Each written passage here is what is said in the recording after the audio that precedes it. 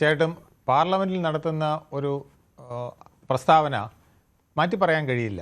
അപ്പോൾ 50% എല്ലാ സ്റ്റേറ്റിലും നടപ്പിലാക്കും എന്ന് പറഞ്ഞാൽ എല്ലാ സ്റ്റേറ്റിലും നടപ്പിലാക്കിയേ കഴിയുള്ളൂ. കാരണം ഇത് ഭരണഘടനാ ഭേദഗതിയാണ്, അതിനു വേണ്ടിയിട്ടുള്ള നടപടികളാണ് നടന്നുകൊണ്ടിരിക്കുന്നത്.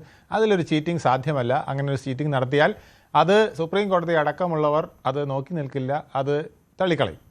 അപ്പോൾ അതൊന്നും അല്ല ഇവിടുത്തെ പ്രശ്നം. ഇത് 30 വർഷമായിട്ട് തുടരുന്ന ഒരു പ്രക്രിയയാണ് ഈ സ്ത്രീ ശാക്തീകരണം അല്ലെങ്കിൽ സ്ത്രീ സംവരണ ബിൽ എന്ന് പറയുന്നത്.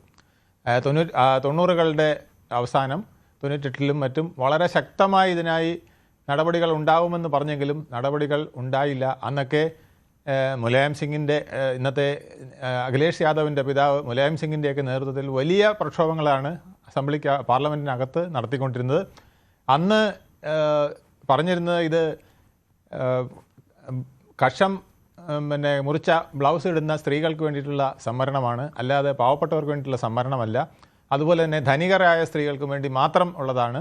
സ്ത്രീകൾ വന്ന് ചില പെൺകുട്ടികൾ പാർലമെൻറ്റിൽ വന്ന് വിസിലടിക്കാനുള്ള അവസരം ഉണ്ടാക്കി കൊടുക്കുന്ന ഒരു ബില്ലാണ് എന്നൊക്കെ പറഞ്ഞ് സ്ത്രീ അധിക്ഷേപം എത്രത്തോളം നടത്താമോ അത്രത്തോളം നടത്തിയാണ് 30 വർഷം ഇങ്ങനെ കൊണ്ടുപോയത്. 30 വർഷം എന്ന് പറഞ്ഞാൽ ഒരു ജീവപര്യന്തത്തിനുള്ള കാലയളവ് പോലും ഇത്രയും വരില്ല.